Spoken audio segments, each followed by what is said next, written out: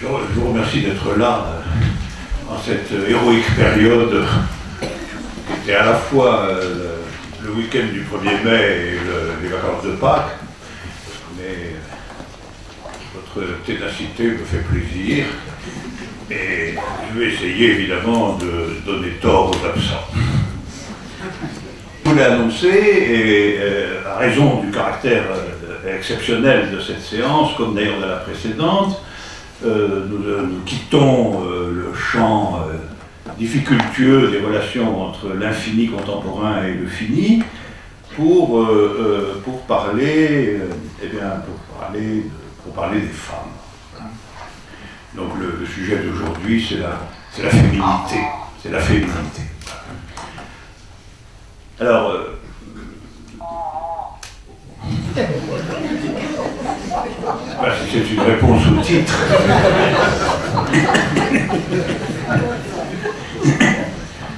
Voilà.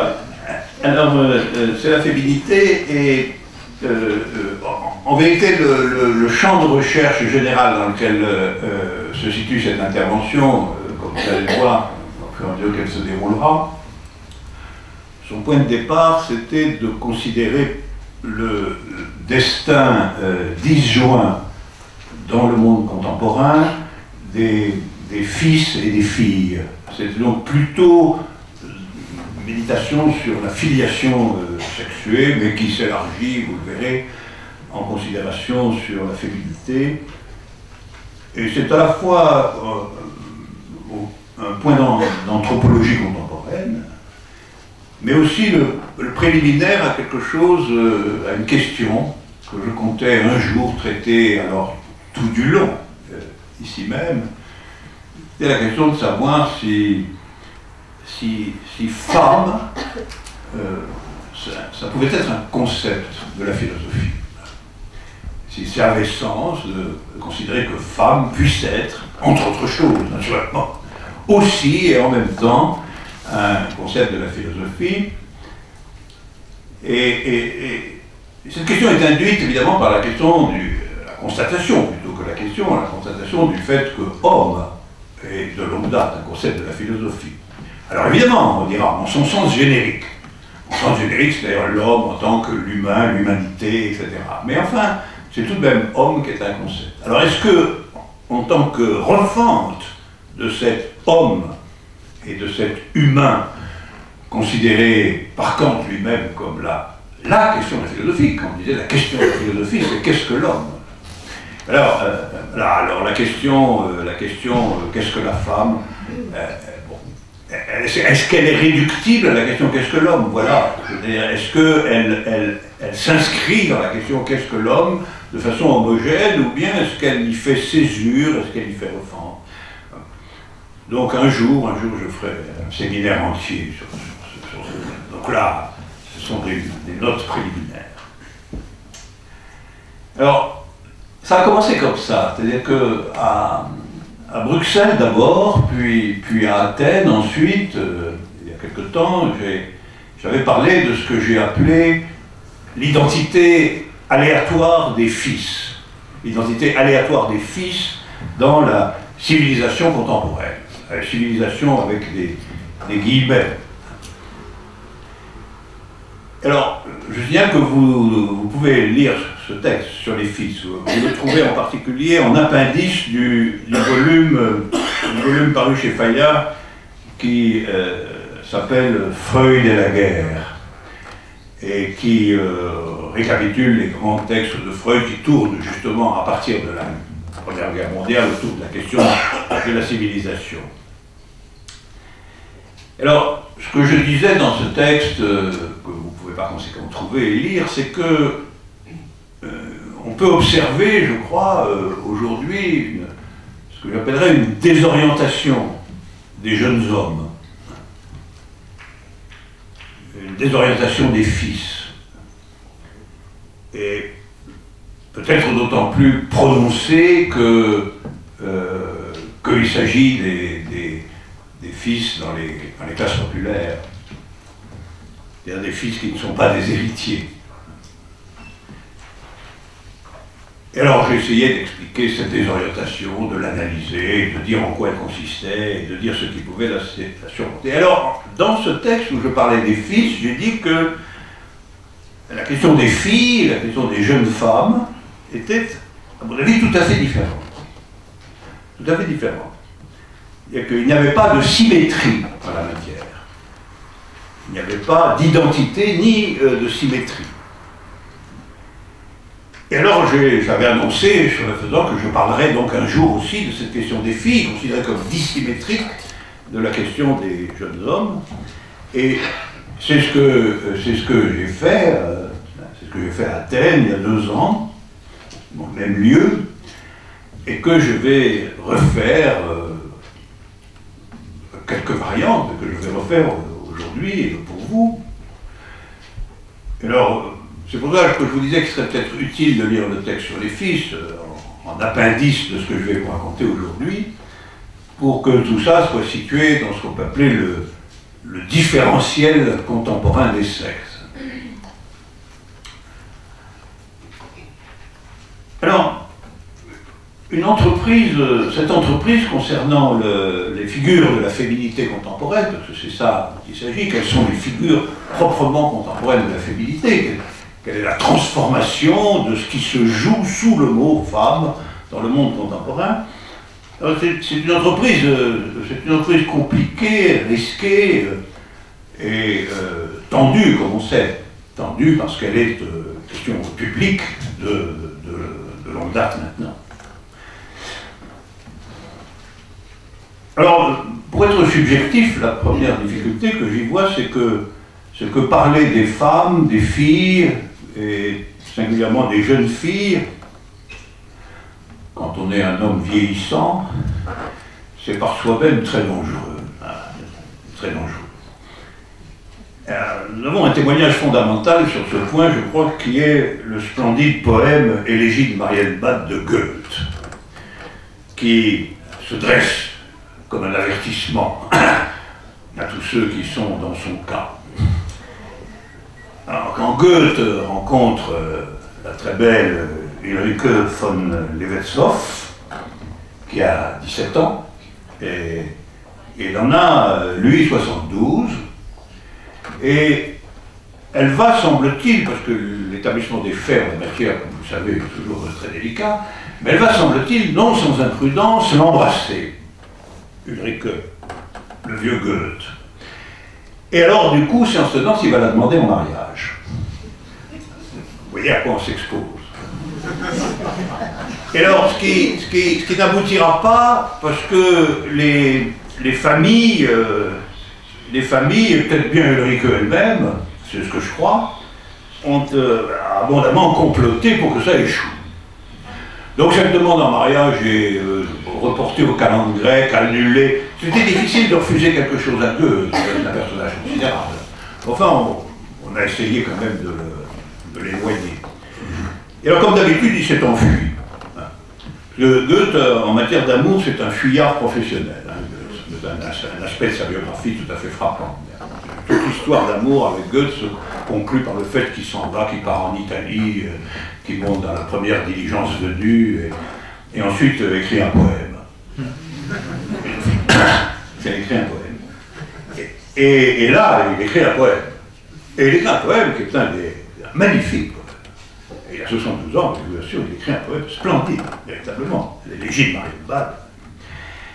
Et alors, là aussi, je vous lis juste une strophe de ce poème, dans la traduction d'Isabelle Godos, pour que simplement vous mesuriez la profondeur du fossé existentiel dans lequel Goethe s'est précipité en tentant de réactiver en lui la question des jeunes filles.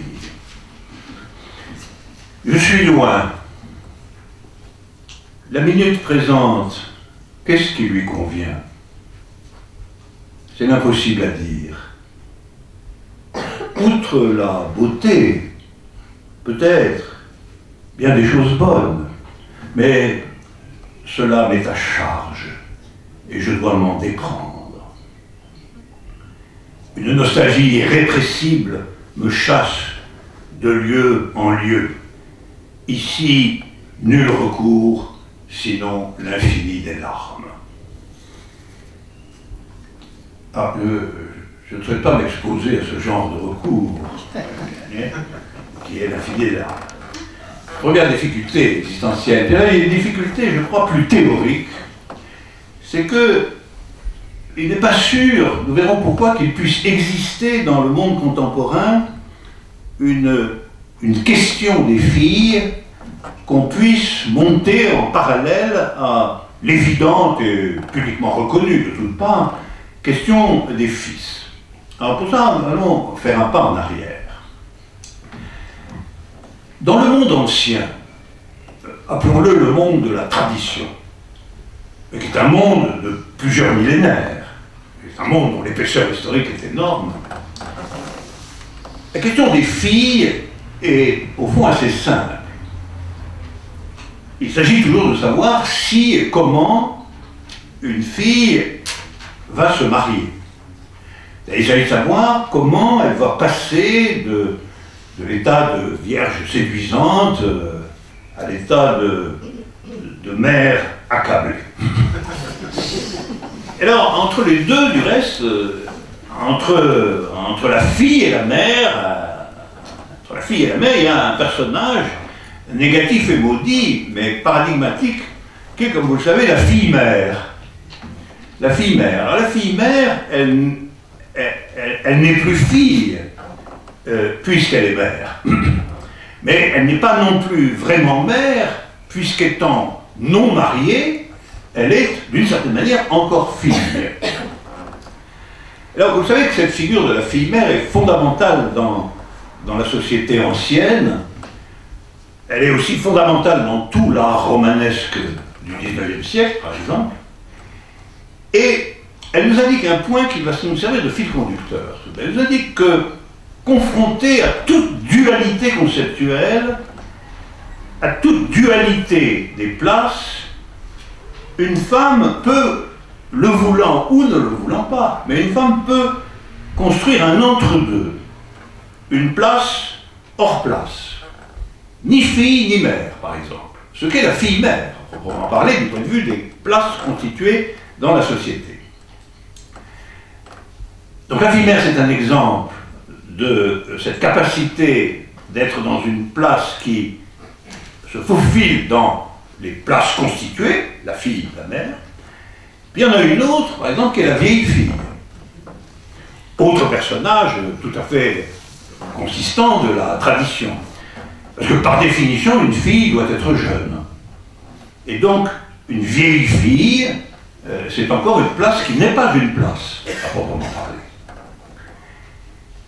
Et alors, dès qu'il est question des femmes, ce motif de la place déplacée est un thème structural tout à fait classique.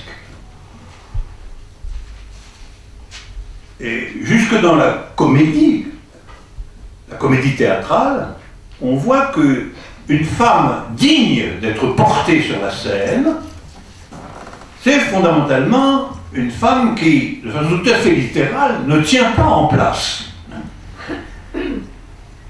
La femme comique, c'est la femme qui bouge, c'est-à-dire la femme qui se joue des places et qui ne tient pas en place. Donc c'est un motif absolument classique, ce motif de la femme qui doit être assignée de force à une place, parce que d'elle-même, elle serait toujours déplacée. Car ce motif va me servir de fil conducteur, comme vous allez voir. Alors, dans le monde contemporain, alors qu'allons-nous appeler monde contemporain? Dans le monde contemporain, c'est-à-dire pour le monde du capitalisme déchaîné et omniprésent, le monde de la marchandise, le monde du travail salarié, le monde de la circulation et de la communication, il est clair que la position de la fille ne se laisse plus réduire à la logique du mariage. Oh, bien entendu, ça, nous le savons que trop, y compris en ce moment, le vieux monde est loin d'être totalement mort. Hein. Une tradition qui a des millénaires d'âge ne va pas crever au cours d'un septennat. Hein. Et donc le vieux monde est loin d'être totalement mort. On sait bien que la religion, la famille, le mariage, la maternité, la pudeur, la virginité elle-même ont encore dans bien des lieux du monde des positions solides. On a vu récemment toutes sortes de gens avec des figures enfarinées sortir de leur trou comme ça pour défendre le mariage dans sa destination primitive. Par conséquent, d'un certain sens, pour défendre l'antique position de la fille dans son opposition à la future mère. Ce qui prouve que même dans nos sociétés, si on gratte un peu le sol crasseux, on trouve cette tradition maniée par des gens pleines de morgue et qui ressemblent, il faut le dire, à de soudaines invasions de rats, dont on n'a pas d'autre idée que de les faire rentrer dans leur trou. C'est pour ça que je parle de race. Mais vous voyez que, alors ceci existe avec une force telle. Mais alors ce qui je crois intéresse le philosophe dans ce genre de questions anthropologiques, sociales, politiques, c'est non pas tant ce qui est que ce qui vient. Et ça, c'est pas ce qui vient. On le sent bien. On sent que c'est de l'autrefois. C'est de l'humanité en conserve. Hein. Et il est clair que ce qui vient, en ce qui concerne les filles, ne se laisse d'aucune façon réduire au mariage. C'est ça la vérité massive, et celle qui mettra le temps qu'il faut pour l'emporter, mais l'emportera. La fille, dans le monde occidental contemporain en tout cas, mais à mon avis, du point de vue du futur, le monde universel, ne peut être défini comme cet être de sexe féminin qui se prépare au devenir femme et mère par la médiation du mariage, et donc par la médiation d'un homme. C'est quand même ça. Le mariage, ça signifie que la transition de fille à mère suppose la médiation d'un homme. Au fond, pour dire toute la révolte féministe, depuis la fin du XIXe siècle, et même avant, on pourrait la récapituler en un seul point. Une femme peut et doit exister sans la médiation d'un homme. Et une femme peut et doit être un être autonome et non toujours, dans sa définition même, le résultat d'une médiation masculine. Alors, il y a de fortes ambiguïtés dans ce thème, sur lequel je reviendrai. Mais enfin, cette révolte a abouti à des changements extrêmement importants qui affectent le statut et même la définition de ce que c'est aujourd'hui qu'une fille. Ça, c'est certain. Ça n'est pas cet être de sexe féminin promis au mariage. Alors revenons sur la logique de la tradition, parce que c'est quand même par rapport à elle qu'on peut comprendre ce qui se passe.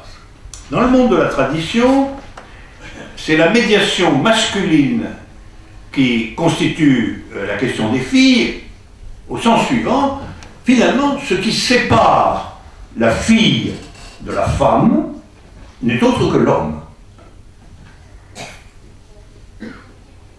Alors, c'est tout à fait différent pour le fils. Nous avons là, d'emblée, une dissymétrie fondamentale entre le fils et la fille, parce que ce qui sépare le fils du père, de l'homme-père, ce n'est pas un terme extérieur réel, comme l'est un mari pour la fille. Ce qui sépare le fils du père, c'est le contrôle de l'ordre symbolique.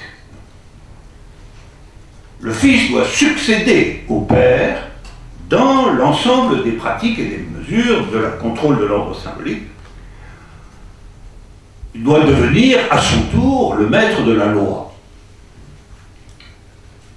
Alors on peut dire qu'entre la fille et la femme mère, il y a l'homme, une extériorité réelle à laquelle elle livre son corps, auquel, comme on dit dans le langage ancien, elle se donne, donc auquel elle appartient, dans la figure du don. Et ça, c'est pas si vieux. C'est pas si vieux. C'est intéressant à voir, cette conception des choses. Moi-même, par exemple, quand je me suis marié, donc c'est à l'échelle d'une vie humaine, eh bien, j'ai entendu et signé, à l'époque, ainsi que mon épouse, les deux énoncés fondamentaux, qui étaient donc encore impavidement là. Premièrement, l'homme est le chef de la famille, donc ce qui lui incarne, lui donnait le grade du contrôle législatif des choses. Et deuxièmement, l'homme a le choix du domicile conjugal. Assorti d'une phrase que j'ai toujours beaucoup aimée, qui est « Il a le choix du domicile conjugal, la femme est tenue de l'y suivre, et il est tenu de l'y recevoir. » Ah non, mais c'était la loi il y a quelques années. Si vous me permettez de dire que 50 ans, c'est quelques années. Alors, voyez le poids des mots. Le poids des mots, quand ils sont inscrits dans l'ordre juridique, est toujours un symptôme essentiel. La femme est ce sujet dont le devoir est de suivre, en l'occurrence dans le domicile conjugal, de suivre, tandis que l'homme est le sujet qui choisit et reçoit. C'est-à-dire que l'homme est bien, à un niveau le plus abstrait, la médiation par quoi l'autre est reçu dans l'ordre symbolique que le lieu figure. Le domicile conjugal, c'est la métaphore familiale du lieu symbolique dont l'homme a la clé et où il reçoit et doit recevoir l'autre. Tandis que vous voyez bien qu'entre le fils et le père, il n'y a pas de cette médiation, il y a la loi elle-même, dont le fils est l'héritier. Alors tout cela était encore debout il y a 50 ans, ce qui historiquement est presque rien, et doit nous amener à nous interroger sur la nature exacte des transformations lorsqu'elles sont à une échelle de temps aussi restreinte. Alors la jeune fille du monde traditionnel, pour continuer là-dedans, elle change son nom contre celui d'un homme. Ça n'est plus le cas aujourd'hui. Elle devient Madame X. Elle peut, ayant changé de nom, elle peut rester à l'écart du travail salarié, gérer la maison, être d'abord mère et plus particulièrement mère de famille. Alors vous remarquerez que dans la trilogie pétainiste réactionnaire, travail, famille, patrie, alors l'ouvrier, le paysan, espèce symboliquement masculine, sont voués à travail. Le soldat, non moins masculin, est voué à patrie. Et la fille, devenue mère, symbolise la famille. Donc la trilogie, travail, famille, patrie, contient deux catégories masculines, le travail et la patrie, et une catégorie féminine, la famille.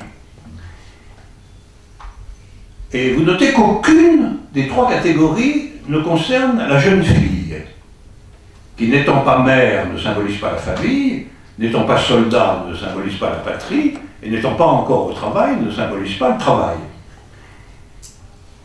La jeune fille reste en instance de symbolisation. Elle n'est pas projetée ou épinglée dans des catégories symboliques. Alors, je voudrais dire au passage que c'est par cela qu'elle a toujours fasciné les artistes, les peintres, les poètes, les romanciers et les cinéastes, et encore aujourd'hui. Elle les fascine parce qu'elle est en instance de symbolisation et que l'artiste, lui, espère trouver dans son art le symbole de cette symbolisation différée ou incertaine. Si vous regardez les grands portraits de jeunes filles dans la littérature planétaire, c'est ça, c'est le symbole artistique de l'incertitude de la symbolisation de la jeune fille. Vous remarquez aussi que c'est deux contraints, deux signifiants masculins, un signifiant féminin, dans la trilogie pétainiste. Alors, dans le monde traditionnel, on trouve très souvent ce deux contraints accompagnés du zéro de la jeune fille, n'est-ce pas ? Deux pour l'homme, un pour la femme, zéro pour la jeune fille. Ces nombres ont un sens très important. Par exemple, la loi dit que le mari a le choix du domicile familial et que la femme a l'obligation d'habiter ce domicile. Mais remarquez qu'il n'est pas dit que le mari, lui, est obligé d'habiter le domicile familial. Il n'a pas cette obligation. Hein. Il a donc le pouvoir d'enfermer sa femme dans la maison, puisqu'elle est tenue de l'y suivre, il est tenu de l'y recevoir, elle peut l'y enfermer, et il a aussi le parfait pouvoir d'en être absent, lui. Hein. Alors que la femme n'a que le devoir d'être dans la maison. Devoir auquel l'homme doit enterrer, mais c'est son unique devoir. Donc c'est deux contraintes encore. Finalement, l'homme peut, d'une part, décider d'être dans le domicile conjugal, il peut aussi décider de n'y pas être, alors que la femme est tenue d'y être. Donc deux contraintes en faveur de l'homme. Alors je pense que c'est vraiment toujours la loi de la famille traditionnelle. Alors, ça nous amène à une question qui a été beaucoup débattue ces derniers temps, à propos de modification des lois du mariage. Qu'est-ce qu'une famille? Qu'est-ce que la famille? Bon, déjà chez Platon, qui s'est interrogé là-dessus, on voit que, de manière très générale, il y a trois grandes fonctions sociales. Produire, reproduire et défendre. C'est les trois grandes pratiques qui définissent un groupe social installé. Produire, reproduire et défendre. Alors, le travail est ce qui produit, la famille est le lieu où on reproduit l'espèce humaine, et patrie définit ce qu'on défend. Donc bien, dans la trilogie, travail, c'est la production, famille, c'est la reproduction, et patrie, c'est la défense, c'est ce qu'on défend. Alors, vous voyez que, là encore, nous sommes à deux contraintes. Production et protection sont les activités masculines, dans la figure de l'ouvrier et du soldat, par exemple. Et la fille devenue femme, enfermée dans le labeur maternel, va assurer la reproduction. Donc là encore, c'est deux contraintes.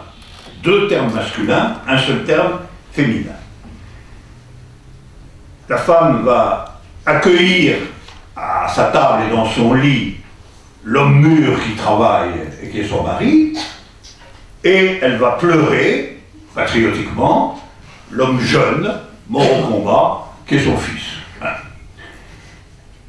La fille doit devenir Mater Dolorosa.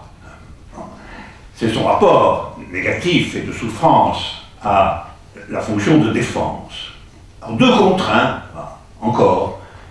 Le père vivant, qui dispose du corps de la femme, et le fils mort, qui dispose de sa souffrance et de ses larmes.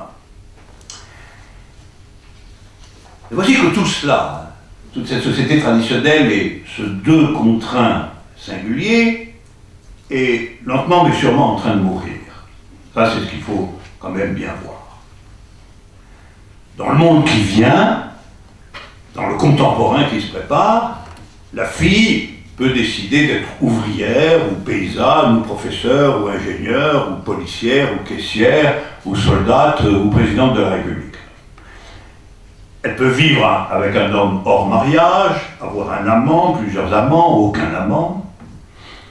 Elle peut se marier, divorcer, changer de lieu et d'amour. Elle peut vivre seule, sans être cet autre personnage important et cruel de la tradition, la vieille fille. Elle peut avoir des enfants sans avoir de mari, ou même, comme nous savons, avoir des enfants avec une autre femme. Elle peut avorter. Le nom maudit de fille-mère disparaît. On a dit un temps mère célibataire, et on a dépassé tout cela en parlant d'un nom extrêmement neutre, famille monoparentale. Ce qui, vous le voyez, nous fait sortir du romanesque. Famille monoparentale, franchement une catégorie qui sent son état à plein nez. Voilà.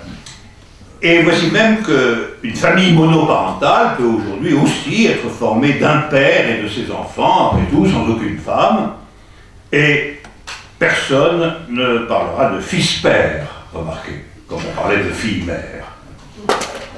Le fils-père, c'est une catégorie inconnue. Le personnage négatif de la vieille fille peut aussi, dans ses transformations subjectives et verbales immenses, devenir le personnage positif de la femme indépendante. Alors, il y a de vives résistances contre cela, je sais, c'est pas encore gagné, c'est pas partout accepté, mais c'est ça qui arrive, c'est ça qui vient. Et c'est donc ça qui doit requérir immédiatement notre pensée. C'est là que se constitue notre question, notre supposée question, la question des filles. Alors, sa première formulation, sa formulation la plus claire, c'est la suivante. Si la fille, ou la jeune fille, n'est pas séparée de la femme par le réel d'un homme et le symbolique d'un mariage, alors quel peut bien être le principe de son existence? Au fond, qu'est-ce qu'une fille aujourd'hui, qui n'est plus définissable par le fait qu'elle est séparée de son être femme par la médiation obligatoire d'un homme? Qu'est-ce que c'est? Et la deuxième question, c'est, se trouve-t-elle dans cette situation désorientée, comme j'ai pu dire que l'étaient les fils, pour des questions qui touchent en réalité à l'ordre symbolique? Alors, je dis quelques mots ici sur ma thèse sur les fils, parce que, pour éclairer simplement celle sur les filles. Ma thèse sur les fils, c'est la suivante, c'est que le point était la ruine dans nos sociétés de toute procédure d'initiation, c'est-à-dire de toute procédure symbolique attestant la distinction entre le jeune enfant ou l'adolescent et l'homme à proprement parler. La dernière forme de cette figure d'initiation a été, dans les sociétés démocratiques que nous connaissons, le service militaire. Et le service militaire lui-même a été aboli, mettant fin, en réalité, à toute procédure d'initiation, ce qui mettait là un terme, alors carrément, à des dizaines de millénaires. Car les procédures d'initiation existaient pour les adolescents dans les sociétés les plus archaïques, les plus primitives. Hein. Et elles étaient d'une importance considérable. Elles constituaient la masculinité dans son être propre, et au fond, des scarifications des sociétés de chasseurs-cueilleurs jusqu'au service militaire, on a une gigantesque continuité dont il faut bien voir là encore qu'elle est interrompue quasiment l'année dernière, sous Chirac. Alors, vous voyez, des milliers d'histoires, d'histoires qui s'achèvent dans Chirac. Alors, en réalité, ça crée quand même une situation dont il faut prendre la mesure, sans tomber immédiatement dans des figures réactives, puisque les figures réactives n'ont aucune portée. C'est que, quand vous n'avez pas d'appui symbolique constitué pour devenir autre que ce que vous êtes, vous avez tendance à ne pas devenir autre que ce que vous êtes, mais à continuer à être ce que vous êtes. Parce que l'altération de son identité suppose une consistance de l'autre au sens du lieu symbolique, véritablement. Quand l'idée est trop absente, l'idée au sens du marquage symbolique de la différence, la vie risque d'être simplement la continuation de ce qu'elle est au jour le jour. D'où la tentation et la possibilité d'une adolescence éternelle. Et c'est ce que l'on constate quand même tous les jours. C'est-à-dire le caractère enfantin de la vie des adultes. Parce que c'est ça, l'adolescence éternelle. C'est quelque chose comme une puérilité universelle. Puérilité universelle liée aux figures de la consommation. Et ce caractère enfantin de la vie des adultes, à mon avis, est particulièrement visible chez les adultes de sexe masculin. Il suffit de les voir dans la rue. Et pourquoi? Parce que le sujet qui comparaît devant la marchandise doit rester un enfant qui désire de nouveaux jouets, fondamentalement. Et c'est bien ce qui se passe. Les nouveaux jouets peuvent être des gros jouets. Et le sujet qui comparaît devant la règle sociale, juridique et électorale, il doit pour l'essentiel rester un écolier obéissant et stérile, qui n'a éventuellement pas d'autre but représentable que d'être le premier de la classe et qu'on parle de lui dans les journaux. Ah ça c'est quand même l'ordre de la masculinité tel qu'il se profile dès lors, d'une certaine façon, que le principe abstrait de la césure entre enfants et adultes dans la masculinité elle-même n'a pas de référence symbolique, et que, de surcroît, le marché tente même d'inverser la chose, en faisant, comme il le dit dans son jargon à lui, des adolescents le cœur de cible du marché. Mais si vous faites des adolescents le cœur de cible du marché, vous propagez en réalité le goût de l'adolescence pour les variations insignifiantes dans la population tout entière. Alors les filles, dans cet ordre-là, alors on pourrait s'engager dans une voie parallèle. On pourrait dire, au fond, les filles sont aussi livrées à une certaine forme d'inséparation entre l'être fille et l'être femme, puisque l'homme et le mariage ne jouent plus le rôle réel et symbolique de la séparation. C'est une hypothèse. Alors, mon hypothèse à moi est différente. Et je vous la livre, proposée à la discussion évidemment.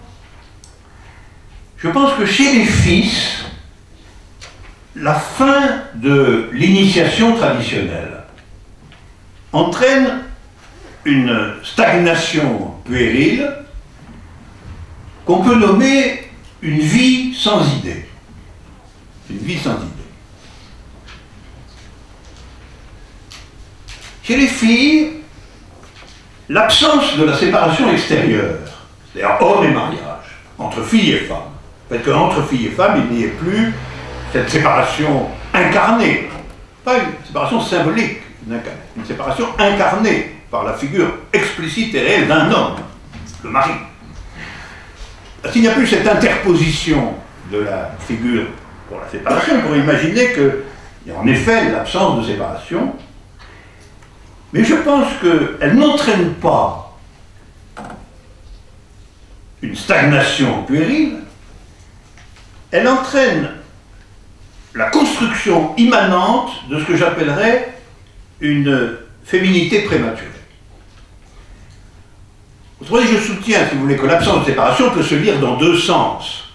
Elle peut se lire ce qu'il y a avant se perpétue indéfiniment, mais elle peut se lire aussi ce qu'il y a après investit ce qui vient avant.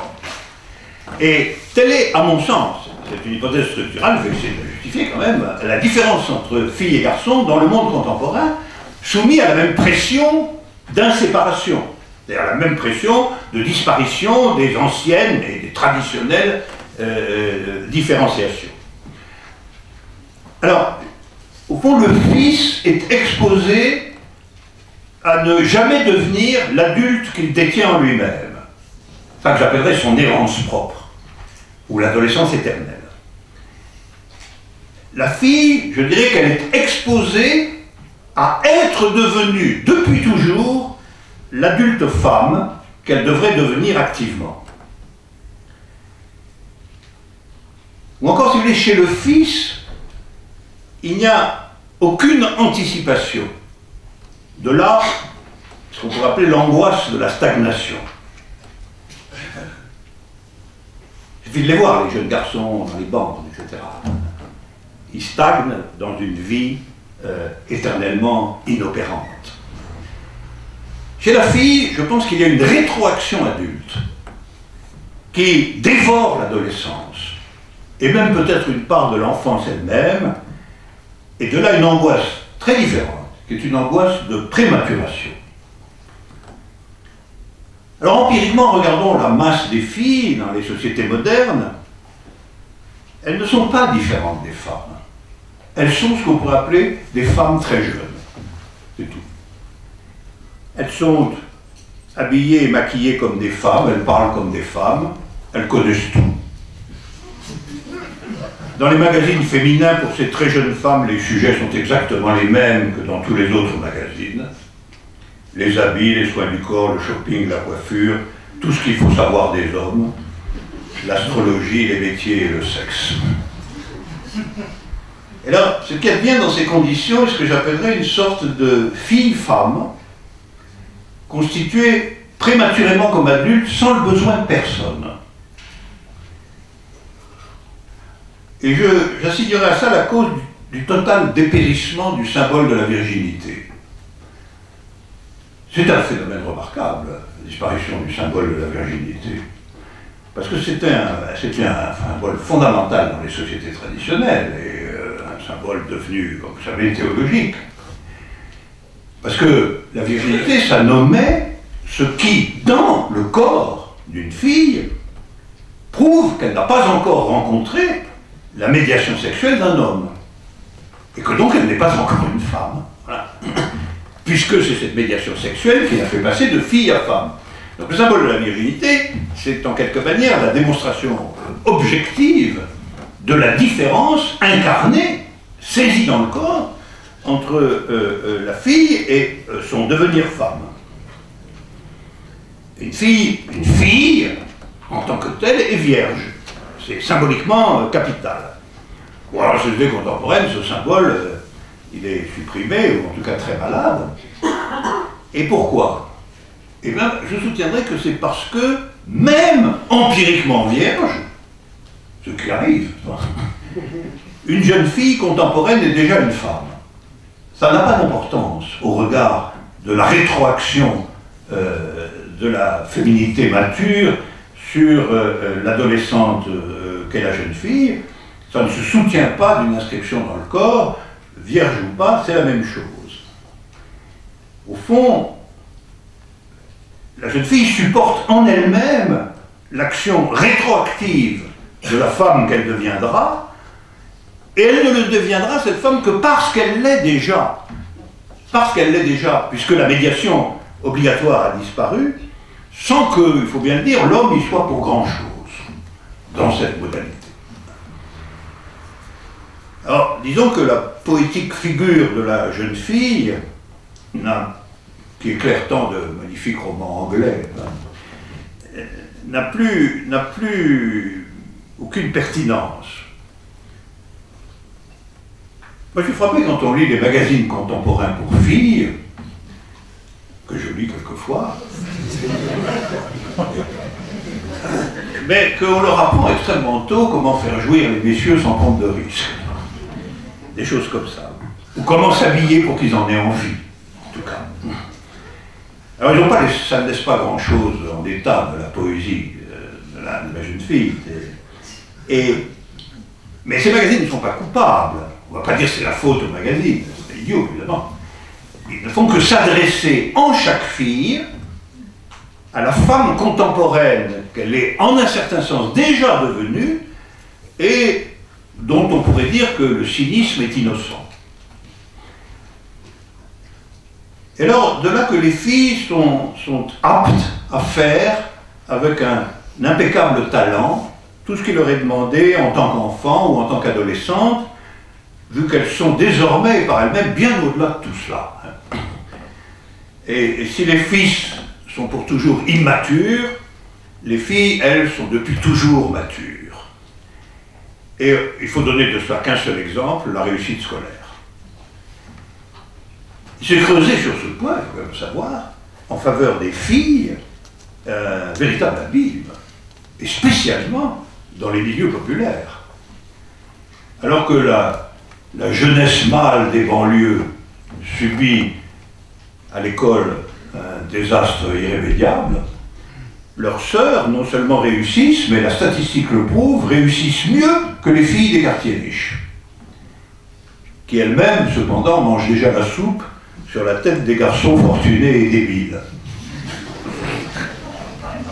Et alors, j'ai vu moi-même souvent de pauvres jeunes gens d'origine arabe, amenés depuis les quartiers populaires par la police devant les tribunaux, et puis l'avocate ou même la juge pouvait être leur sœur. C'est une situation fréquente, c'est une situation canonique.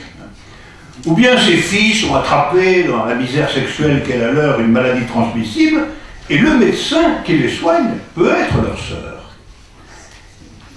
Et on en voit de plus en plus de ces jeunes dames conquérantes devenir policiers, juges et ministres. C'est que partout où il s'agit de la réussite sociale et symbolique, la fille-femme l'emportera désormais sur le fils incapable de surmonter son adolescence. Ce qui, entre parenthèses, montre que le fond de la question n'est pas la misère sociale. C'est très important à comprendre, ça. Les filles sont aussi mal loties dans les quartiers pauvres que les garçons, et plus même que les garçons. Elles doivent souvent s'occuper du ménage, s'occuper des enfants plus jeunes. Elles travaillent sur un coin de table à la cuisine, avec un acharnement mature. Elles triomphent, parce qu'elles savent que les exercices qu'on leur demande, outre qu'ils conditionnent leur propre libération, ne sont que jeux d'enfants pour elles, qui sont en réalité déjà des femmes définitives. Alors on dira qu'est-ce, c'est qu'elles veulent se sortir du monde oppressif où elles sont nées. Bien sûr, dira-t-on que les garçons ne veulent pas en sortir. Ce n'est évidemment pas une hypothèse qu'on peut faire. Ils ne peuvent pas en sortir. Tout le point est donc que les filles le peuvent. C'est ça la différence. Et c'est parce que la femme libre qu'elles veulent devenir est déjà en elles, de toute sa puissance, aussi âpre et assurée qu'il le faut, tandis que le fils, qui ne sait pas ce qu'il est hors d'état de devenir ce qu'il peut. La fille-femme, elle, peut devenir avec aisance ce qu'elle sait qu'elle est déjà. Alors tout le point est que la question des filles, du coup, contrairement à celle des fils, à mon sens, n'existe plus comme telle. C'est la grande dissymétrie. Il y a une question des fils aujourd'hui. À proprement parler, il n'y a pas une question des filles, mais seulement la question des femmes, à raison de ce que le mouvement est cette fois rétroactif. Cette femme que les filles sont prématurément, qui est-elle aujourd'hui? Quelle en est la figure? Et vous voyez que si, pour parler des fils, on peut rester dans le domaine des fils pour expliquer ce que peuvent être les filles aujourd'hui, il faut en passer par les femmes, c'est-à-dire traiter en effet les figures contemporaines de la féminité. Alors en venant à ces figures contemporaines de la féminité, je voudrais essayer de dire en quelques mots, mais ça mériterait des développements beaucoup plus considérables, quel est le vrai mécanisme sexué de l'oppression capitaliste moderne. Il y a un mécanisme sexué de l'oppression capitaliste moderne, qui n'est plus du tout le mécanisme de la tradition, comme quelquefois le féminisme attardé s'imagine qu'il est. Bien sûr, on peut traquer les débris de comportements traditionnels, il y en a encore beaucoup, hein, ça a duré des millénaires et c'est encore bien installé. Mais ce n'est pas le fond du problème. Parce qu'il ne s'agit plus du tout, comme dans le monde de la tradition, d'une subordination à la fois réelle et symbolique, mariage, de la femme mère par rapport à l'homme père. Le point qu'exige de nous la société capitaliste, moderne, c'est de faire valoir partout l'impératif « vie sans idée ». Et les chemins de cet impératif, c'est ça que je voudrais soutenir, les chemins de cet impératif « vie sans idée », ce qui veut dire « ne vis que pour acheter ce qu'on te propose », cet impératif n'a pas le même chemin selon qu'on y plie les fils ou les filles. C'est ça, à mon avis, le cœur du problème. Autrement dit, il y a bien un élément sexué de cette oppression, parce que le chemin subjectif par lequel une fille peut se soumettre à cet impératif n'est pas le même que le chemin pour un fils. Autrement dit, on a la différence suivante. Que la vie puisse être la vie sans idée, c'est-à-dire la vie stupide. Subjectivité exigée par le capitalisme mondialisé, comme on peut le démontrer aisément, vu qu'il ne s'agit que d'acheter des âneries. Donc, si la vie est la vie sans idée ou vie stupide,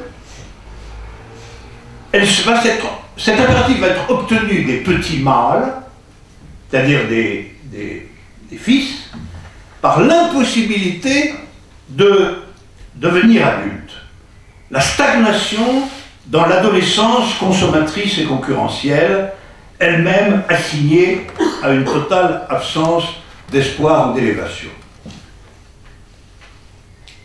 Cela va s'obtenir en revanche des petites femelles par l'impossibilité de rester fille, d'être dans la gloire passée et éternelle de la jeune fille, par un devenir femme prématuré, orienté en fait par le cynisme du devenir social.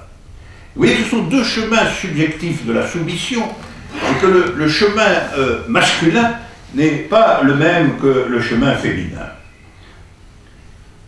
Parce que veut la société contemporaine? Regardons-la comme elle est. Que veut la société contemporaine? Elle est livrée aux monstres capitalistes, aux monstres du marché. Elle veut deux choses. Premièrement, qu'on achète les produits du marché si on le peut. Et deuxièmement, que si on ne le peut pas, on se tienne tranquille. Voilà. Alors pour ces deux choses, il faut n'avoir aucune idée de justice. C'est indispensable. C'est indispensable. Aucune idée d'un autre avenir possible. Aucune pensée gratuite. J'insiste sur le point que ce sont des impératifs vitaux pour la société telle qu'elle est organisée. Ce ne sont pas des aberrations particulières.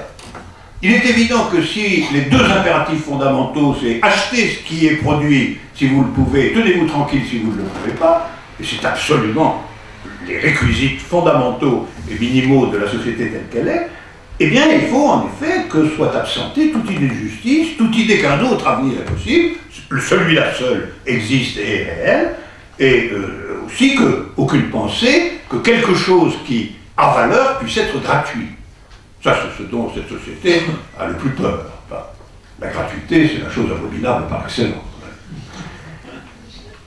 Mais toute vraie pensée est gratuite, si vous y réfléchissez. Ça n'a pas de sens, une pensée payante. Donc toute vraie pensée est gratuite. Et donc la conclusion, dans le monde qui est le nôtre, comme seul compte ce qui a un prix, il faut n'avoir aucune pensée, aucune idée. C'est fondamental. Alors seulement, si on n'a aucune pensée, aucune idée, on est prêt à obéir à une société qui nous dit « consomme si tu en as les moyens, et si tu ne les as pas, ferme ta gueule et disparaît. » Ce qui est quand même l'existence du monde. Et alors, vous voyez qu'on ne peut avoir dans ces conditions qu'une vie totalement désorientée et répétitive, parce que la boussole de la pensée a disparu. La boussole de l'idée a disparu. Je voudrais souligner que la société traditionnelle, et encore ça, c'est pas du tout pour la réhabiliter, parce que je suis hostile à toute possibilité d'un retour en arrière. La société traditionnelle est complètement différente, parce que, tout au contraire, elle impose une croyance, et donc une idée. Dans la société traditionnelle, l'oppression n'est pas qu'il faille vivre sans idée. L'oppression, c'est qu'il y a une idée obligatoire, généralement religieuse. Pas toujours, mais généralement religieuse. L'impératif de la société traditionnelle est « vis avec cette idée et aucune autre ».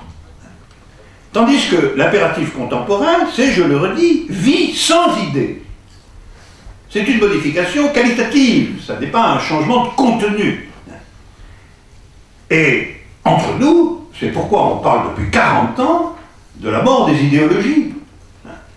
Ça n'a jamais rien voulu dire d'autre que vie sans idée, la mort des idéologies. Alors, soit dit en passant, c'est un peu une parenthèse, c'est aussi pourquoi on pourchasse de façon aussi violente les symboles religieux par lesquels se marque ce qui peut subsister de la société traditionnelle. C'est-à-dire l'appartenance à une conviction, fut-elle obligatoire ou débile. Même ça, c'est de trop. Même ça, c'est de trop. Si des gens ont des idées stupides, peut-être donneront-ils à d'autres l'idée d'avoir des idées intelligentes. Mieux vaut l'égalité absolue dans l'absence générale d'idées. Très préférable. Alors, finalement, s'agissant des femmes, pas du tout un hasard si cette question des femmes ressort là, au fond, l'appartenance à la société marchande, pour une femme, c'est l'aptitude à se montrer autant que possible elle-même comme une marchandise disponible. Ça, au moins, ça fait partie de l'ordre tel qu'il est. Alors, la nudité est à cet égard bien vue. Le short, c'est excellent. Le maquillage, c'est parfait. Le nombril, c'est tout à fait convenable. Mais le foulard sur la tête est abominable et proscrit. C'est comme ça, quand même. Comme ça. Alors, c'est que, comme vous le voyez sur les murs, partout, la sexuation visible, c'est une donnée commerciale depuis l'aube des temps. Tandis que la tradition impose, elle, que sur le corps des femmes, pour les raisons que j'ai expliquées, il y ait le symbole souvent pauvre et lamentable, mais il y a le symbole de ce que les convictions, en la circonstance religieuse ou morale, sont supérieures à toute proposition marchande. Dans le monde que régente le capital, il n'en va pas de même. Il faut que tout soit objet et que rien ne soit symbole. Voilà, c'est ça la règle. Tout doit être objet et rien ne doit être symbole. Et c'est ainsi que Marx annonçait, il y aura bientôt 2 siècles, que toutes les relations symboliques du vieux monde, du monde de la tradition, hiérarchiques, symboliques, de conviction, de croyance, que tout cela serait, comme il le disait, impitoyablement dissous dans les eaux glacées du calcul égoïste. Alors il suffit de regarder nos murs, nos télévisions, la fonction des femmes dans la publicité, l'habillement des femmes en été, etc., pour ajouter à la phrase de Marx, ceci: lorsque la femme est dissoute dans les eaux glacées du calcul égoïste, elle est nue. Ah, elle est nue. Et s'il y a quelque chose sur la tête, c'est que sa dissolution n'est pas complète. Il faut donc l'obtenir à tout prix. Alors, au fond, on pourrait dire, l'impératif traditionnel, c'est sois un homme identique à ton père, une femme identique à ta mère, et ne change jamais d'idée. Tandis que l'impératif contemporain, c'est plutôt sois l'animal humain que tu es, plein de petits désirs et sans idée aucune. Mais pour ça, il faut dresser l'animal individuel. Il n'est pas comme ça par lui-même. Il faut le dresser. Et pour ce dressage de l'animal individuel, les chemins ne sont pas les mêmes, en tout cas aujourd'hui, selon qu'on est une fille ou selon qu'on est un fils. C'est là-dessus que je voudrais insister. Alors disons que le fils vivra sans idée pour n'avoir pas su soutenir le mûrissement d'une pensée. Tandis que la fille vivra sans idée pour avoir soutenu bien trop tôt et sans médiation une maturité vaine et ambitieuse qui lui fait penser très tôt que l'idée est inutile. Je dirais que le fils manque l'idée par défaut d'homme et que la fille manque l'idée par excès de femme. Alors j'exagère un peu la situation, délibérée. Alors que pourrait devenir dans ces conditions le monde? je l'exagère par science-fiction. Au fond, le monde pourrait très bien devenir un troupeau d'adolescents stupides, dirigés par des femmes carriéristes et habiles. Et on aurait alors ce qui convient parfaitement au monde opaque et violent qui nous est offert. En fait d'idées, il n'y aurait plus que des choses. Ah. Et ça réglerait les problèmes. Alors je reviens maintenant aux figures de la féminité, telles qu'elles s'imposent prématurément au lieu où la jeune fille a disparu. Alors cette question des figures de la féminité est très ancienne, comme vous savez, elle tourmente la mythologie, la religion, la philosophie, l'anthropologie depuis des siècles et des siècles. Mais je crois qu'il y a une stabilité millénaire. Je dirais que le cercle des figures de la féminité, tel qu'il a été construit par la société des hommes, c'est la société traditionnelle depuis des millénaires, se compose de 4 figures. Tout à fait faux de dire qu'il y a une seule figure, la femme opprimée, et puis on s'en tient là. Bien sûr, il y a la femme opprimée, mais c'est un dispositif toujours très compliqué. Il y a 4 figures qu'on pourrait nommer la domestique, la séductrice, l'amoureuse et la sainte. La domestique, la séductrice, l'amoureuse et la sainte. Alors il y a d'abord effectivement la femme comme animal domestique, producteur et reproducteur. Et la femme est alors considérée comme située entre l'humanité symbolique, régie par, disons, le nom du père, et une animalité pré-symbolique, liée aux fonctions sexuelles et reproductrices. Alors cette figure inclut naturellement la maternité, comme centrale, et elle est en quelque sorte la base matérielle des 3 autres figures. Elle en est le point d'incise productrice effective. Et ensuite la femme comme séductrice, c'est-à-dire la femme sexuelle et dangereuse. Et puis il y a la femme comme emblème de l'amour, la femme du don de soi, de l'oblativité passionnée. Et puis il y a la femme comme vierge sacrée, médiatrice et sainte.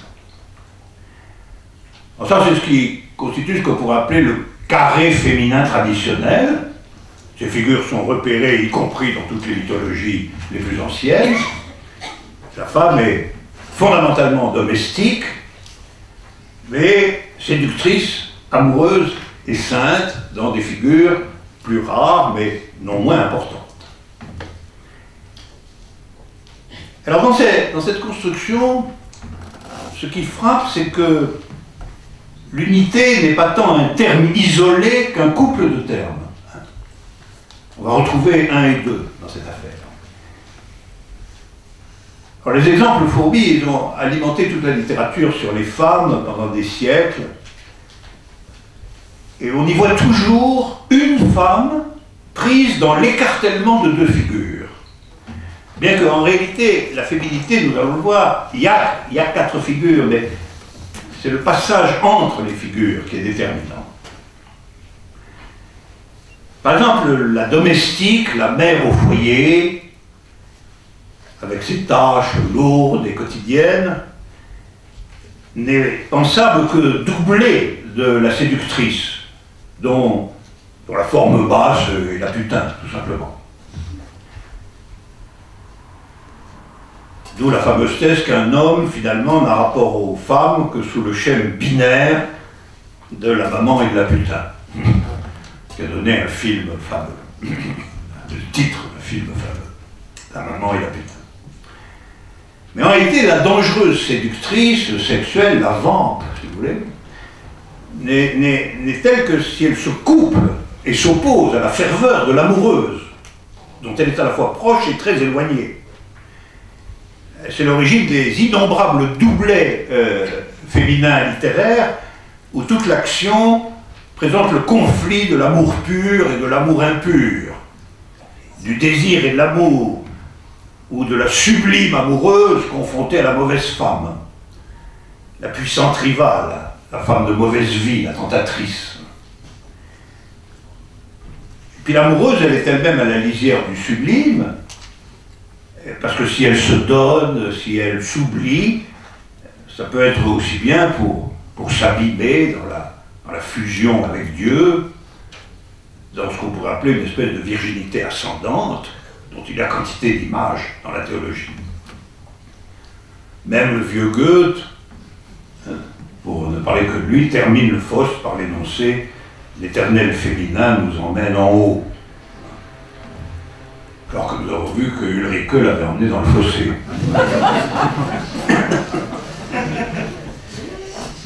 Alors, la vérité, comme toujours, des distributions classificatoires, c'est la circulation.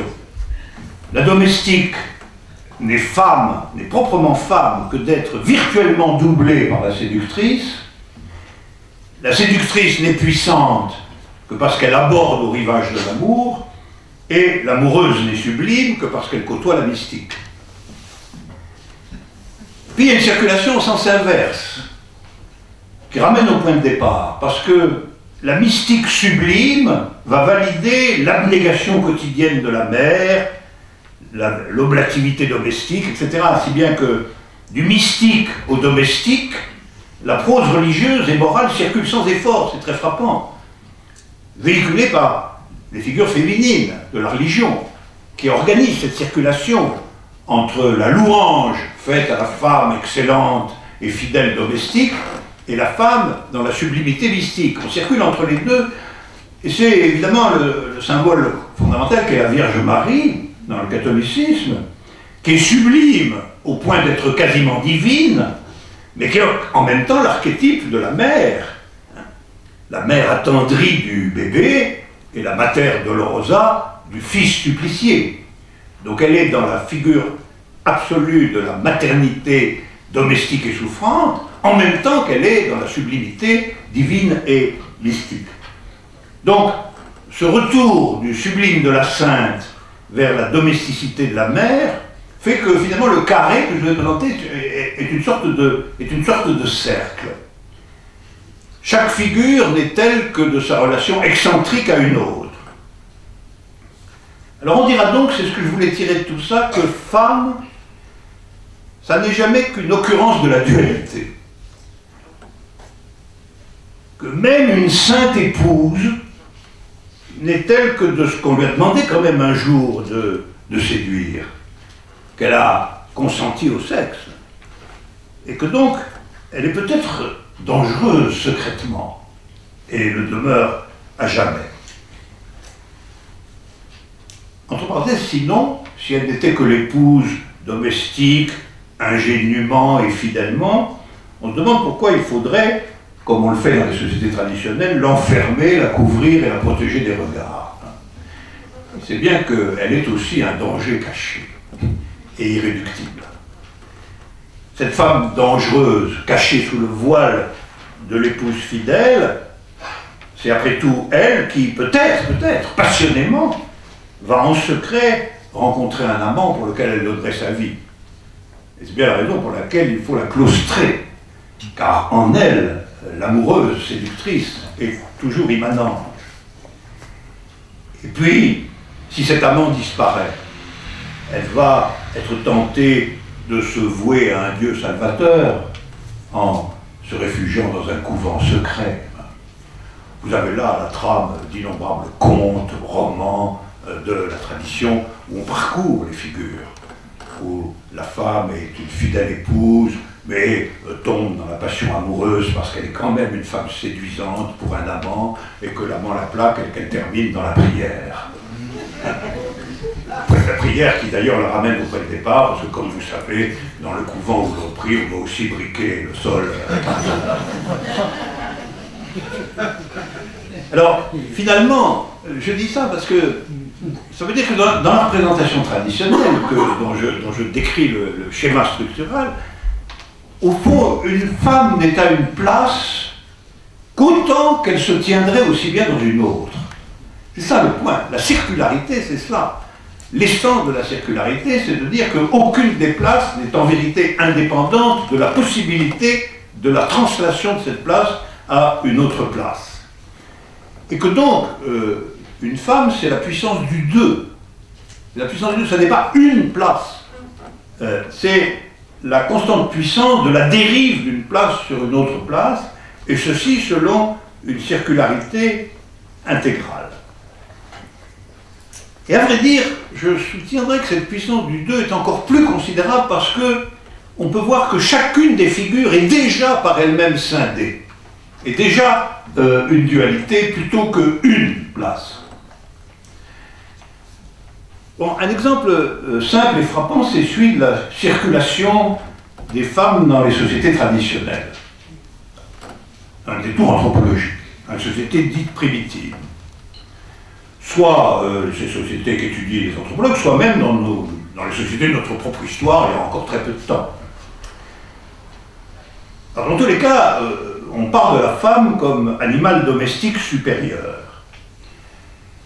Alors, vous savez que dans certains groupes, c'est très frappant, un homme ne peut obtenir une femme que contre un paiement important. Une femme, une épouse, bonne domestique, ça s'achète. Par exemple, 2 ou 3 vaches, ou des tissus, ou des choses comme ça. Et dans d'autres groupes, au contraire, un homme ne se marie avec une femme que si on ajoute à la femme un paiement important. C'est le système de la dot. C'est un phénomène très étrange. Comment se fait-il que dans certains cas, il faille acheter une femme à un prix très élevé, et dans l'autre cas, que pour obtenir une femme, on est en droit de demander que celui qui vous la donne ajoute un peu quelque chose à la femme. Alors dans un cas, elle est quasiment hors de prix, et dans l'autre, elle ne vaut pas grand-chose, puisqu'il faut qu'elle vienne avec le prix qu'elle coûterait si elle valait quelque chose. Et alors,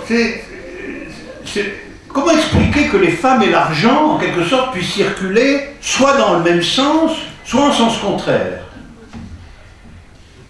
Dans le cas de la dot, la femme passe d'une famille à une autre avec un trousseau et de l'argent, et dans le cas de l'échange pur, la femme passe d'une famille à une autre, pour autant que de l'argent circule de la famille d'accueil vers la famille donatrice. Alors ça ne peut être que parce que l'acquisition d'une fille a 2 sens opposés. Exactement les 2 sens de circulation. Dans le premier sens, elle est une force de travail et de reproduction. Et en tant qu'elle est une force de travail et de reproduction, elle coûte un bon prix. Et dans le second cas, elle reste une force reproductive dans la capacité d'avoir des enfants, mais qui doit être entretenue. Qui doit être entretenue sur un certain pied. Voilà. Et de là que le système de la dot était, et à mon avis reste, plus ou moins discrètement, obligatoire dans les milieux riches. Parce que la femme doit parader dans ces milieux. La femme doit présenter l'élégance et la civilisation, elle doit présider à des réceptions, où sa vêture ne saurait souffrir d'être inférieure à celle d'une invitée, et elle doit rivaliser dans le monde social avec les autres femmes, et tout cela coûte très cher. Et il faut donc que la famille donatrice de cette femme qui va être entretenue très cher contribue quelque peu à la dépense, en faisant ce cadeau destiné à devenir une ostentation somptuaire. Alors, ça veut dire, vous voyez bien que ça veut dire que la figure de la fille est divisée. Une paysanne africaine, en revanche, elle va non seulement porter les enfants, donc elle va être reproductrice comme l'autre, mais en plus elle va travailler dur dans les champs. Donc ça, si à la fois elle reproduit et elle travaille dur dans les champs, il faut payer. Si elle vient que pour parader dans la société et donner des fils de temps à autre, il faut contribuer à la dépense. Et alors ça veut dire que finalement, il y a des femmes qui sont des bœufs de labour, et il y a des femmes qui sont des chats persans. Pour rester dans la métaphore animale. Et puis il y a pas mal de femmes qui tentent d'être les deux à la fois. Alors autant dire que la simplicité apparente de la figure la plus objective, la plus élémentaire, la plus directement soumise, la féminité domestique qui circule d'une famille à une autre, est déjà rongée du dedans par deux possibilités absolument contradictoires, comme l'atteste la circulation de l'argent. Alors, on montre aisément qu'il en va de même pour les trois autres. Je n'insiste pas, mais vous ferez vous-même l'exercice. La figure mystique, par exemple, est soumise à la pression toujours contradictoire d'un mouvement d'abaissement, d'humiliation, d'abjection et d'un mouvement d'ascension glorieuse, si bien que son image est aussi bien celle d'une sorte de bassesse répugnante que celle d'une lumière diaphane. Et d'ailleurs, on le voit, la religieuse est un personnage classique de la pornographie, en même temps qu'elle est, avec Thérèse d'Avila, dans la lumière de l'extase poétique. Alors, vous me direz, il s'agit de représentation, là. Tout ça est d'origine fantasmatique et largement masculine. C'est pas inexact quant au contenu apparent des représentations, mais je voudrais soutenir qu'il y a là une profonde idée abstraite de ce que peut être une femme. C'est là que je voulais revenir à travers tout ce matériel. On ne retiendra pas naturellement la particularité anthropologique des figures, mais on retiendra la logique du deux, du passé entre deux, comme ce qui définit de façon structurale ou quasi-ontologique la féminité. Je dirais que la féminité s'oppose à la forte affirmation de l'un, du pouvoir unique, qui caractérise la position masculine traditionnelle. La logique masculine, dans la tradition, se résume à l'unité absolue du nom du Père.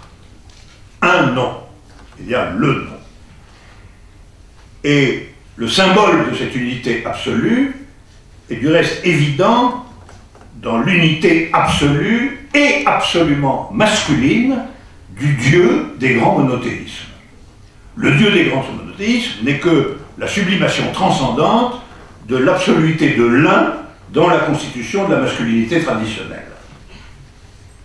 Or, c'est de cet un qu'il est question, de façon critique, dans l'entre-deux figural, où se tient toute femme. Alors on peut évidemment demander pourquoi la femme serait le deux de l'un masculin. C'est un peu ce que je suis en train de dire. C'est parce que le 1 et le 2 sont des structures internes. Et je voudrais tenter de montrer que le formalisme qui dialectise l'un et le 2, l'un et l'entre-deux, est adéquat pour penser la situation. Ou plutôt, c'est tout le problème sur lequel je vais conclure, que ce formalisme était adéquat, sans que nous ayons certitude qu'il le demeure.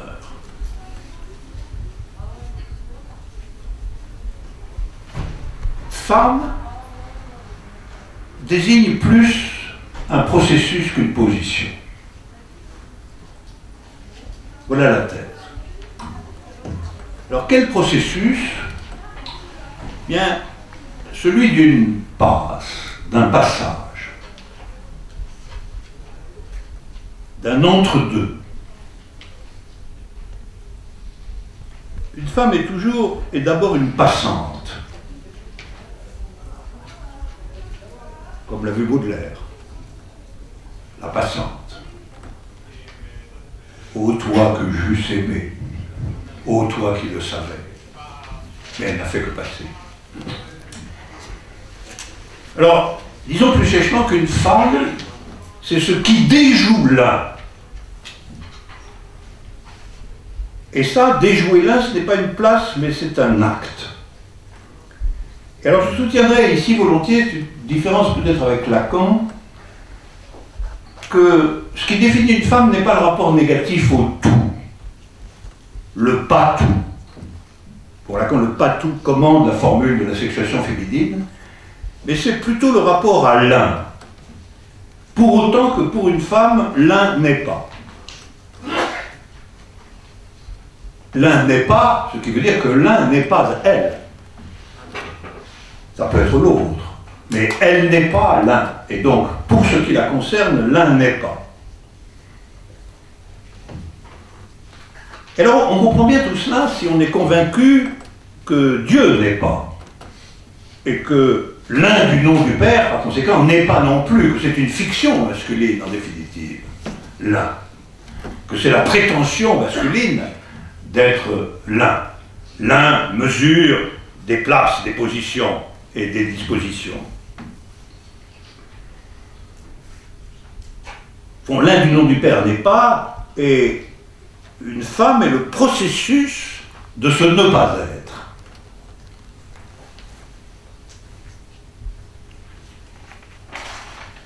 Elle est le processus de ce ne pas être qui constitue tout l'être de l'un, d'une certaine façon.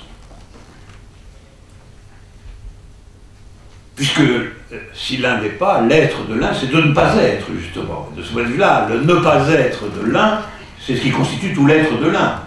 Donc par une inversion radicale de toute la théorie traditionnelle apparente, on voit bien que c'est la femme qui prononce que l'homme est dans la guise du ne pas être l'un qu'il prétend être. C'est elle qui prononce l'être, et non pas l'inverse. Et elle le prononce selon un acte, selon le processus du déjouement effectif de l'un par l'impossibilité où elle se trouve de tenir véritablement une seule place. Par conséquent, j'affirmerais qu'une femme est par elle-même la preuve terrestre que Dieu n'existe pas. Que Dieu n'a pas besoin d'exister, plus précisément. Si une femme existe, Dieu n'a pas besoin d'exister. Au fond, il suffit de regarder une femme, ce qui s'appelle regarder. Regarder, c'est pas une chose simple. Mais il suffit de regarder une femme pour être aussitôt convaincu que de Dieu peut fort bien se passer. Et c'est pourquoi, dans les sociétés traditionnelles, on cache les femmes.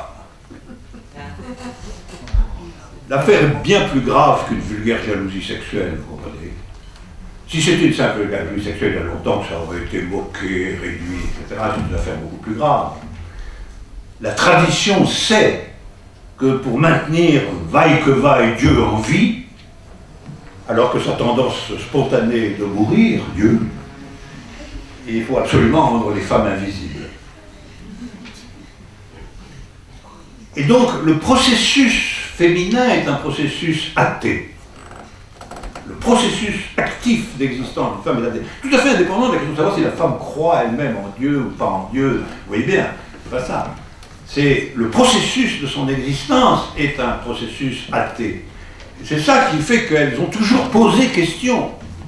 Et posé question à la tradition elle-même, naturellement. Elles ont toujours été la question de la tradition. Il faut les cacher, il ne faut pas les construire. Qu'est-ce qu'on peut en faire? Il faut bien qu'il y en ait. Au fond, la tradition s'en passerait bien si elle pouvait. Mais elle ne le peut pas. Il faut reproduire l'espèce. Et alors, vous voyez bien qu'on fait autour de ça un bazar incroyable. Et pourquoi? Parce qu'il y a une innocence athée de l'existence féminine. Ça, je le crois profondément. Et encore une fois, c'est pas parce qu'il y a des mystiques, des croyantes, que les religions ont été soutenues par les femmes, que c'est un démenti à ce que j'annonce ici. Je l'énonce à un niveau de structure fine et essentielle, dans lequel le déjouement de l'un joue un rôle décisif, et à la fin des fins, d'un point de vue archétypal, l'un c'est le chef de l'existence de Dieu. Et alors, au fond, une femme, pour étayer ce processus athée, inconscient naturellement, c'est-à-dire fondamental, il faut toujours que dès qu'un terme risque de la clouer sur l'un, elle dispose d'un autre terme qui désunifie le premier. Et alors on passe entre deux. Et ce n'est pas qu'une femme soit double ou duplice, ce qui est une interprétation traditionnelle, justement. Parce que le fait que je vous dis là a été observé depuis longtemps. Il Il y a longtemps que les hommes observent les femmes, vous savez, c'est une de leurs occupations principales depuis la préhistoire incluse. Ils ont donc bien vu cet entre-deux, même s'ils l'ont nommé autrement. Et la version mythologique qu'ils ont donnée, c'est que toute femme est duplice. Ouais, souvent femme varie, bien folle et qui s'y fie, chante Verdi, après Hugo. Mais ça, c'est la version traditionnelle de ce qui, chez la femme, fait objection à la tradition depuis toujours. À savoir que, dans l'apparence absolue et contrainte de la soumission, elle est toujours en train de déjouer l'un dont cette tradition se prévaut et d'attester qu'on peut s'en passer. On peut s'en passer. Ce dont la forme minimale et le jugement que portent dans leur domesticité retirée, dans le secret de leurs entretiens propres, les femmes sur les hommes dans les sociétés traditionnelles, à savoir que ce sont des enfants. Ce sont des enfants. Et ce jugement, qui est un jugement latent, informulé ou formulé, il est simplement le constat que cette histoire de l'un, on peut faire sans. On peut faire sans. Et alors, au fond, donc c'est pas que la femme soit duplice, version donnée par la tradition, c'est que dès qu'on prétend disposer une femme à une place, eh bien, elle va passer outre l'un par l'entre-deux de cette place et de son double, voilà, ou de son doublet. Et la puissance féminine, c'est toujours l'aptitude à créer un double de l'un qu'on lui impose, et finalement à passer entre les deux. Alors on pourrait dire qu'une femme, c'est toujours la création d'un double qui destitue l'un, tout en affirmant, glorieusement s'il le faut, son honneur. Alors je définirais la féminité comme outrepassement de l'un dans la guise d'une passe de l'entre-deux.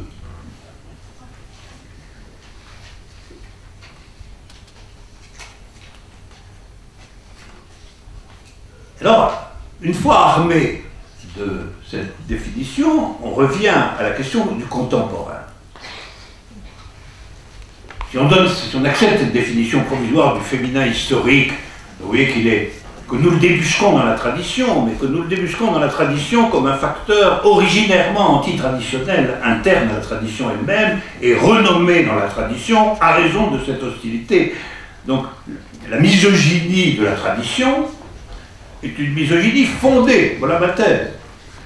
À partir du moment où vous êtes attaché à la défense de la tradition, vous avez parfaitement raison de vous méfier des femmes.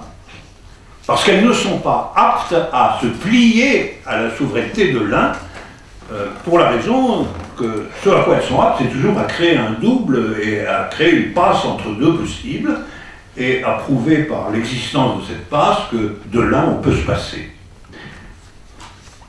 Donc la misogynie féminine interne à la tradition n'est que la défense de la tradition elle-même. Ça, c'est extrêmement clair. Alors vous vous dites, là, il est un peu tard, mais je veux dire un mot, ma conviction sur le contemporain. Ce que je pense, c'est qu'une très forte pression s'exerce pour ramener la figure féminine dans la direction d'une unification, d'une unité. Le capitalisme contemporain demande et exige même que les femmes prennent sur elles la forme nouvelle de l'un que le capitalisme veut voir remplacer le vieil un du pouvoir symbolique, à savoir l'un de l'individualisme, consommateur et concurrentiel. Les fils, derrière les mâles, proposent de l'individualisme en réalité une version faible, adolescente, ludique, sans loi, possiblement ramenée au brigandage superficiel.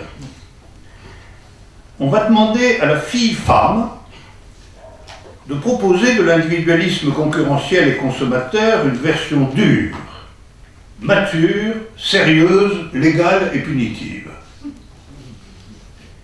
C'est bien pourquoi il existe aujourd'hui tout un féminisme bourgeois et dominateur, dont il faut quand même rendre raison.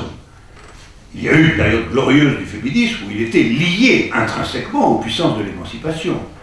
Aujourd'hui, nous voyons bien, le féminisme est aussi bien une doctrine potentielle des pires réactionnaires.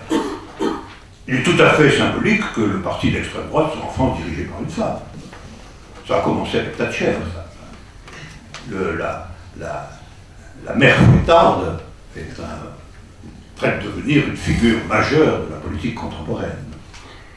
Et alors, je pense que ça a des raisons profondes. La revendication du féminisme bourgeois et dominateur, appelons-le comme ça, c'est absolument pas de créer un autre monde. C'est absolument pas la revendication d'une émancipation. C'est de livrer le monde tel qu'il est à la puissance des femmes. Tout à fait autre chose. Ce féminisme exige que les femmes soient juges, générales d'armée, banquières, PDG, députés, ministres et présidentes, sans qu'on ait pu observer à ce jour la moindre amélioration, bien au contraire, de l'ensemble de l'exercice de ces fonctions au regard des populations en général. Hein. Et que même pour les femmes qui ne sont rien de tout ça, c'est-à-dire qui ne sont pas générales d'armée, banquières, PDG, députés, c'est-à-dire quand même presque toutes les femmes, telle soit la norme de l'égalité des femmes et de leur valeur sociale. Que les femmes puissent être tout ça. Dans cette direction, prononçons la sentence.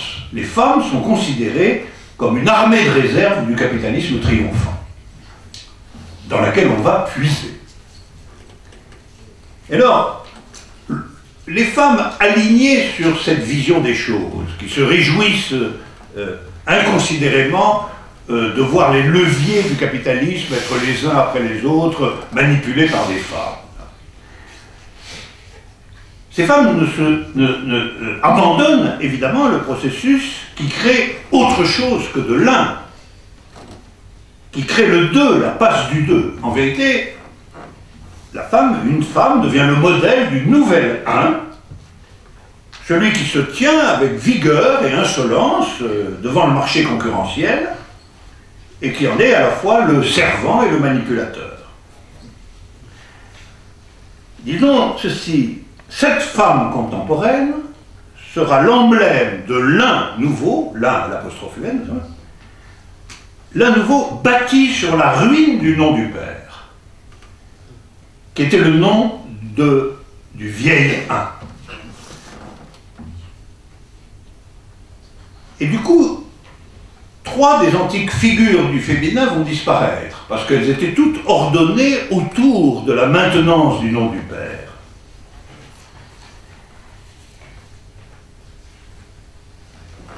La séduction dangereuse, le don amoureux et le sublime mystique n'ont plus raison d'être.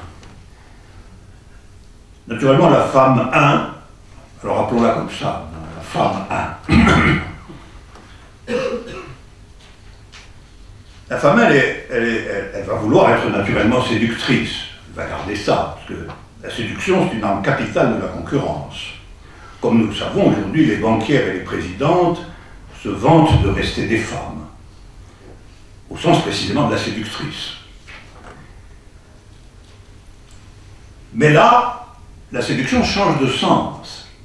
Elle n'est pas le double ou le péril de la conjugalité, elle est au service du pouvoir. Et c'est pourquoi cette séduction ne doit pas aller avec l'abandon amoureux, qui est une faiblesse et une aliénation. La femme 1 est libre, c'est une battante dure.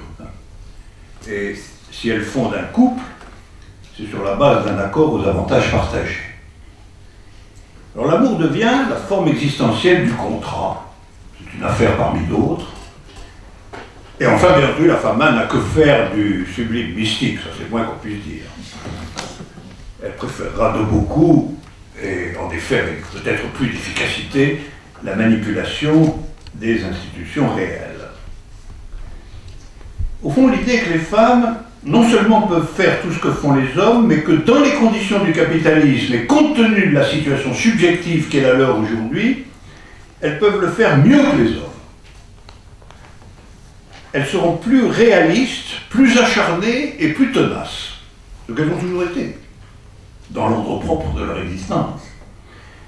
Et pourquoi? Eh bien justement parce que les filles n'ont plus à devenir les femmes qu'elles sont, alors que les fils ne savent pas comment devenir les hommes qu'ils ne sont pas. Du coup, l'un de l'individualisme est plus solide chez les femmes que chez les hommes.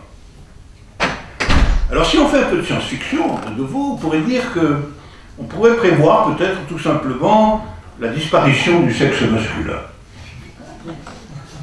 Il suffirait de congeler le sperme de quelques dizaines de millions d'hommes, ce qui représenterait des milliards de possibilités génétiques, on en aurait pour des siècles et des siècles.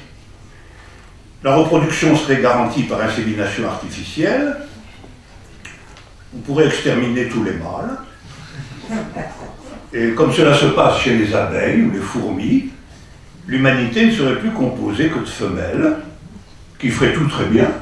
On ne voit pas pourquoi aujourd'hui il y aurait quelque chose qu'elles ne feraient pas très bien, étant entendu que l'ordre symbolique serait minimal. Réduit à presque rien, il ne serait que celui qu'exige la situation réelle du capital. Alors, cette perspective est claire qu'aujourd'hui, la question de la reproduction de l'espèce humaine, de la filiation, est une question centrale. J'ai déjà passé l'heure, alors je voudrais terminer par quelques mots d'espoir tout de même. Voilà. Finalement, bon, parvenu à ce point, on pourrait dire, après tout, que les sociétés capitalistes contemporaines se débrouillent avec ce problème qu'elles ont créé. Mais, voilà, ma vision des choses, c'est que d'abord c'est un problème difficile et obscur. Réellement. C'est pas du tout. C'est probablement un ébranlement de la consistance et de la configuration de l'espèce humaine, peut-être sans précédent. Peut-être sans précédent. Parce que ce que nous avons appelé là les figures traditionnelles, c'était bien au-delà de l'existence de quelques sociétés réactionnaires. J'ai essayé de vous le faire sentir, c'était véritablement la massivité de l'organisation symbolique et réelle de la sexuation, où la femme est en réalité, si je puis dire, dans un rôle de subversion officielle, quoi. Alors la subversion officielle, c'est immédiatement dialectique, c'est-à-dire qu'elle n'est pas dans le jeu, dans la règle du jeu, elle la défigure, elle la translate comme ça, elle la prend en diagonale, et en même temps, de ce fait même, elle doit être maintenue par les moyens du bord à une place, puisque c'est le déplacement qui la constitue. Et ça, c'est une figure, dont je reconnais qu'elle est morte. Mais la figure qui nous est promise actuellement, ne croyons pas qu'elle soit une figure émancipatrice. Et ne l'étant pas pour les femmes, elle ne l'est pas pour les hommes, elle ne l'est pas pour l'humanité tout entière. Elle est une figure d'enregistrement de la possibilité d'un nouvel un dont, par une espèce de réversion de la situation primitive, les femmes seraient principalement porteuses. Alors, ce que je pense, c'est qu'il faut accepter la fin des figures traditionnelles. Ça, c'est sûr. On ne reviendra pas aux figures traditionnelles. Et trouver les ressources pour rejeter la figure de la femme 1 comme armée de réserve du capital. Et il ne faut pas se laisser embrigader dans la lutte contre les figures traditionnelles pour que l'emporte ce qui en effet est ce qui vient et ce qui a et aura puissance, à savoir la figure de la femme 1 comme emblème du nouvel 1, l'un de l'individualisme, dont le capital a besoin qu'il soit constamment consolidé. Parce qu'il est aussi, lui aussi, pour des raisons autres, précaire et menacé. Alors, ça veut dire, en gros, bon, je saute 2 pages, ça veut dire bien des choses. Ça veut dire en gros qu'il faut que je vais vous dire, il faut que les femmes se mêlent activement de la pensée. Voilà. Et il faut que les femmes deviennent, à grande échelle, créatrices d'art, de pensée, de mathématiques, de poésie, de théâtre. Il faut qu'elles retrouvent le génie du déjouement de l'un dans la symbolisation primordiale et pas dans la figure du pouvoir qui leur est aujourd'hui proposé. Aujourd'hui, on dit aux femmes, montez au pouvoir, vous allez voir. Et qu'on voit, qu'est-ce qu'on voit? On ne voit rien. On ne voit rien. On voit simplement qu'elles sont montées au pouvoir, en effet, qu'elles peuvent continuer, que ça peut encore durer longtemps, que ça peut occuper des siècles entiers. Et que pendant ce temps, on aura finalement, en définitive, obtenu le spectacle pitoyable de la misère masculine généralisée. Et ça ne sera pas glorieux, ne le croyons pas, ça ne sera pas glorieux. Et il faudra vraiment être très au-dessus des contingences pour considérer que c'est une vengeance des femmes et que les hommes l'ont bien mérité, je vous assure.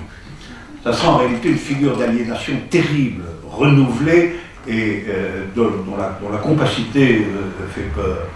Donc la question, c'est qu'est-ce qu'une femme qui est géniale en mathématiques ou en physique, artiste, musicienne, peintre, poète, une femme dirigeante dans la politique d'émancipation, une femme qui, dans la relation amoureuse, est co-responsable de l'action et de la pensée, et non pas une divinité obscure, comme elle l'est dans le romantisme. Qu'est-ce qu'une femme philosophe? Voilà. Alors, ces questions sont en travail. Je ne veux pas ici développer les indices de sa constitution. Il faut que les femmes tournent le dos à ce qu'il aurait proposé. Je vous assure. Il faut qu'elles tournent le dos à ce qu'il aurait proposé. C'est ça le point. C'est ça le point. C'est un traquenard. C'est un traquenard horrible. Parce que les modèles qui seront présentés seront tous dans la figure de la femme sauvagement concurrentielle, de la femme de pouvoir. C'est ça. La femme de pouvoir, c'est-à-dire la figure de l'un nouveau, pas le pouvoir des patriarches, des prophètes, des vieux barbus, un pouvoir élégant, en tailleur, en foulard parfumé, et qu'on verra à la télévision comme toutes ces vieilles peaux américaines qu'on voit là. Ce sera affreux. Et alors, il y a un point sur lequel je voudrais dire, c'est que je crois que ceci passe, vous le voyez bien, du point de vue de la logique générale de ce que je vous ai dit, ceci passe par une réapparition, une réinvention de la jeune fille. Parce qu'il faut que ça vienne à bout de la rétroaction de la femme mûre intégrée au système du capitalisme jusqu'à l'adolescence ou à l'enfance des filles. Donc, je crois beaucoup à l'apparition, à l'invention d'une nouvelle jeune fille. Pas du tout la jeune fille d'autrefois, naturellement, promise au mariage, ça c'est fini. Et d'une nouvelle jeune fille qui propose de devenir la nouvelle femme, elle. Voilà.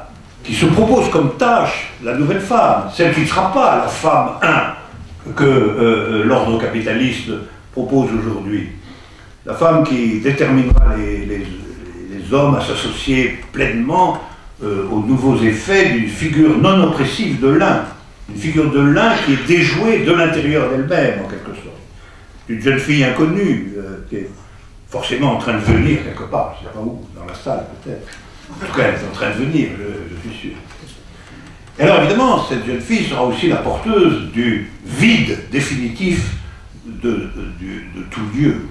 Pour la raison que je vous ai dit, c'est que la femme, elle existera comme jeune fille de telle sorte que, comme tout le monde la regardera, Dieu disparaîtra, partira en fumée. Et alors, on pourra dire, comme le dit Valérie dans un très beau poème, devant le ciel, vide de tout Dieu, on pourra dire beau ciel, vrai ciel, regarde-moi qui change. Merci.